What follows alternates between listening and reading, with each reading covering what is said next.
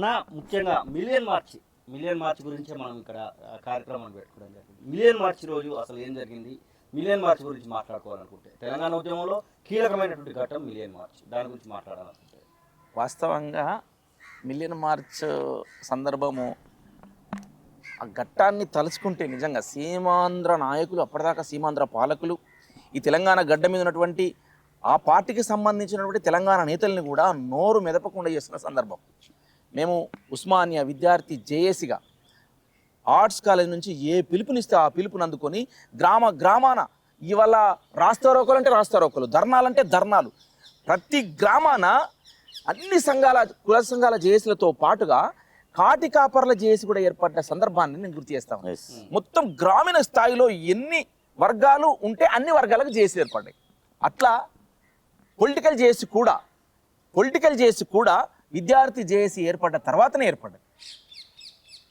నేను అనుకుంటా ఉన్న ఆ రోజులలో చాలామంది చర్చించుకున్నారు కూడా, రాజకీయ పార్టీలకు అతీతంగా ఉద్యమం ఉంటేనే బాగుంటుంది, రాజకీయ పార్టీలకు అతీతంగానే ఉండాలి, మీరే కరెక్టు, విద్యార్థి జేఏసీ కరెక్ట్ అని చెప్పేసి అన్న సందర్భంలో కూడా రాజకీయ పార్టీలు కూడా సమీకరించడంలో, రాజకీయ పార్టీల పాత్రను కూడా మనము ప్రశ్నిస్తూ వాళ్ళను కూడా సరైన మార్గంలో పెట్టడంలో పొలిటికల్ జేఏసీ కూడా ఉంటే బాగుంటుందని చెప్పేసి కొంతమంది భావించి ప్రొఫెసర్ కోదండరామ్ గారిని, ఇప్పుడు ప్రస్తుతం తెలంగాణ జనసమితిగా రాష్ట్ర అధ్యక్షులుగా ఉన్నారు వారు, రాష్ట్ర అధ్యక్షునిగా జేఏసీ చైర్మన్గా నియమించుకున్న తర్వాత మిగతా అన్ని ఉద్యమ సంఘాలు కొంత విద్యార్థులకు కాకుండా మిగతా ఉన్న సంఘాలన్నీ కూడా పొలిటికల్ జేఏసీ కిందకి వచ్చినాయి. దాని తర్వాత మనం చూసినాం పరిణామాలు. ఒక్కొక్క పిలుపు విద్యార్థి జేఏసీ ఇచ్చిన పిలుపు కానీ, అట్లనే పొలిటికల్ జేఏసీ ఇచ్చిన పిలుపు కానీ ఈ రాష్ట్రంలో సంచలనంగా మారినాయి. ఏ రాజకీయ పార్టీలకు కూడా వాళ్ళ వార్త లేదు, వాళ్ళ ముచ్చట్లేదు. పార్టీల నాయకులందరూ కూడా ఉస్మానియా యూనివర్సిటీ యుద్ధ కేంద్రమైంది. ఆ పార్టీ నాయకులందరూ కూడా ఉస్మానియా యూనివర్సిటీకి వచ్చి ఒకసారి ఆ గడ్డ మీద కాలు మోపితే బాగుండు, ఒకసారి ఆర్ట్స్ కాలేజీకి మొక్కొస్తే బాగుండు అన్న సందర్భం ఉండే. ఆ సందర్భంను ఒక అట్టుడికి పోతున్నటువంటి సందర్భం. మేము చలో అసెంబ్లీ పిలిపించిన సందర్భం కానీ, తర్వాత మిలియన్ మార్చ్ సందర్భం కానీ, మిలియన్ మార్చ్ అంటే నిజంగా ఒక్కసారి రోమాలు నిక్కబడుచుకుంటాయి. ఉస్మానియా యూనివర్సిటీ నుంచి మేమందరం విద్యార్థులు ఒక్కసారిగా ట్యాంక్ బండ్ కట్ట మీదకి వచ్చి మిలియన్ మార్చ్ రోజు జరిగినటువంటి సంఘటనను తలుచుకుంటే ఒక రకమైనటువంటి చాలా మందికి అదొక అసలు ఏం జరుగుతుందో అయోమయంకి గురైన పరిస్థితి ఉండే. అంటే పోలీసు బలగాలు, సీమాంధ్ర పాలకులు అప్పుడు పోలీసు బలగాలకి ఎక్కడికక్కడ కంచెలు వేసి మమ్మల్ని అడ్డుకోవడానికి దఫాలుగా మమ్మల్ని ఎన్సీసీ గేట్ నుంచి మొదలవుతుంది మమ్మల్ని అడ్డుకోవడం. ఎన్సీసీ గేటు, విద్యానగర్, అక్కడ నుంచి నల్లకుంట, అక్కడ నుంచి ఈ ఆర్టిస్ట్ క్రాస్ రోడ్ల అశోక్ నగర్, రకరకాల దశల వారీగా ట్యాంక్ బండ్ కట్ట ఎక్కనియకుండా చేయాలన్నటువంటి పాలకుల కుట్రల్ని తిప్పికొడుతూ ట్యాంక్ బండ్ కట్ట ఎక్కిన ఆ రోజు మిలియన్ మార్చ్ రోజు జరిగినాయి. అక్కడ ఆ ట్యాంక్ బండ్ కట్ట మీద ఉన్నటువంటి విగ్రహాలు ఒక్కొక్కటిగా కింద పడ్డాయి, వాటి తలలు తెగిపడ్డాయి. నిజంగా అంటే అది ఏ ఒక్కరో చేస్తున్నది కాదు, మాబ్, అది పెద్ద మహత్తర ఉద్యమం. అది పలానా చేసిన అనడానికి లేదు. మన చేతులు మిలియన్ మార్చ్ అనేది ఒక ప్రజా ఉద్యమం. అది మనం ఒకరు వ్యక్తులను నడిపినటువంటి ఉద్యమం కాదు. కొన్ని రాజకీయ పార్టీ నాయకులు వెనకెనకు వచ్చి మేము కూడా దీంట్లో ఉన్నామని చెప్పి చెప్పుకోవడానికి తాపత్రయపడ్డాయి. కానీ నికార్సైన తెలంగాణ ప్రజలు విద్యార్థుల ఉద్యమాన్ని, అలాగే మిలియన్ మార్చ్ పిలుపుని అందుకొని, ఆ రోజు పొలిటికల్ చేసి ఇచ్చినటువంటి పిలుపును, విద్యార్థి చేసి ఇచ్చిన పిలుపుని అందుకొని ప్రజలు ట్యాంక్ బండ్ కట్ట మీద ఎక్కిర్రు. ఆ ట్యాంక్ బండ్ కట్ట మీద ఉన్నటువంటి ఒక్కొక్క సీమాంధ్ర నాయకుల విగ్రహాలు కూలుతుంటే మా స్వరాష్ట్రం వస్తుంది, మా ఆత్మగౌరవం నిలబడుతుంది, మా గౌరవం ఇది, మా ఆత్మగౌరవం, మా గడ్డ మీద మీ విగ్రహాలు పెట్టుకొని ఎన్ని రోజులు వెళ్తారు ఇంకా అంటే ఇంత వివక్షణ తెలంగాణ గడ్డ మీద. మీ విగ్రహాలు నికార్సుగా నిటారుగా మీ విగ్రహాలు కనబడతాయి, మా దొడ్డి కొమరయ్య విగ్రహం కనబడది, మా కొమరం భీం విగ్రహం కనబడది, మా సాగర్ ఐలమ్మ విగ్రహం కనబడది. ఇది కదా బాధ, తపన.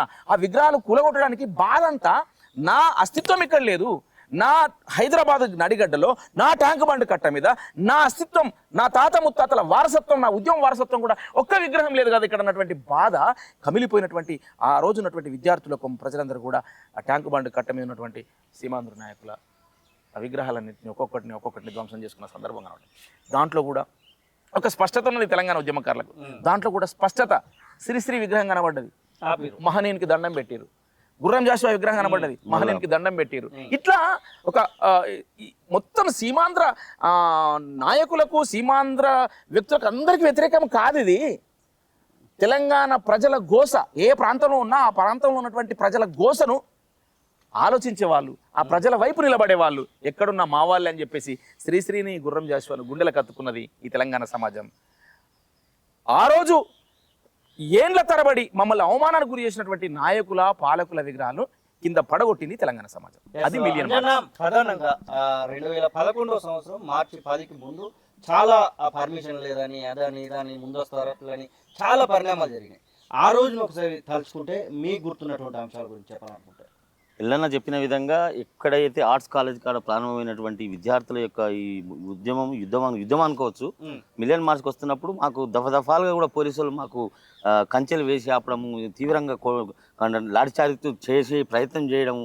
ఆయన చేసినా కానీ మేము మొత్తం మీద నల్లాబోసి మా కట్ట ఉంటుంది కదా, అక్కడికి చేరుకొని పైకి ఎక్కిన తర్వాత కూడా వెళ్ళను అన్నట్టు అసలు అది అక్కడ ఓన్ చేసుకున్నారు. అసలు అందరూ అక్కడ అది ఎవరు వచ్చిరో అర్థం కావట్లేదు, ఏ స్టూడెంట్స్ అర్థం కావట్లేదు, వాళ్ళ రైతులు అర్థం కావట్లేదు, మహిళల ఏది అర్థం కావట్లేదు, ఎవరు పోతున్నారు.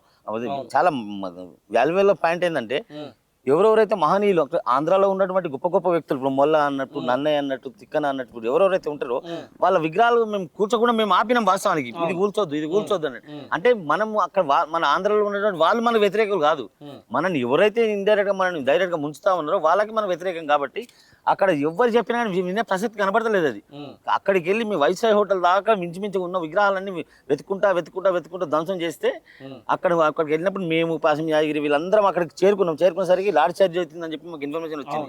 ఇంకప్పుడు మేము వెనక మార్గం పడాల్సి వచ్చింది అనమాట. బాగా తీవ్రంగా లారీ చార్జ్ చేసి ఆ రోజు నేర్నాల కిషోర్ కూడా బాగా దెబ్బలు పడ్డారు. వీళ్ళైన కళాకారులు కూడా వచ్చారు చాలా మంది. అది బాగా ఇప్పటికి గుర్తుంది. కానీ అది అంత మహోన్నతమైనటువంటి ఒక ఉద్యమం,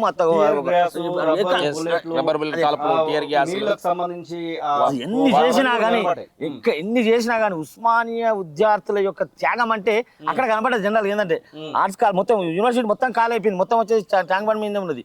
ఎన్ని కాల్పులు చేసినా ఎన్ని బుల్లెట్లు దించినా కానీ ఒక్కడు కూడా అక్కడికి జరగలేదు. మళ్ళీ పోతా ఉన్నారు వస్తా ఉన్నారు, మేము కూడా పోతా ఉన్నాం. అక్కడ మన ఏదైతే ట్యాంక్ కట్ట దగ్గరలో ఉన్నటువంటిది చెప్తున్నా, ఏదైతే త్రో అని అంటారు కదా మనం ఒలింపిక్స్ లా, త్రో వేస్తే ఎంత దూరం పోతుందో తెలియదు. కానీ అంత దూరంలో బిల్డింగ్ కూడా బలం ఎట్టొచ్చింది అర్థంగా తీసి కొడుతుంటే ఒక్కొక్క బిల్డింగ్ వలుగుతుంటే మజా చిన్న పోరాగాలు కొట్టినారు. అంటే ఆ ఉద్యమ ఉధృతి, ఆ యొక్క స్వభావం అదనేది అసలు తెలంగాణలో ఉంటుంది, ఎక్కడ ఉండదు అసలు. అసలైన తొలి వెలుగు. ఫాలో వాట్సాప్ @తొలి వెలుగు official.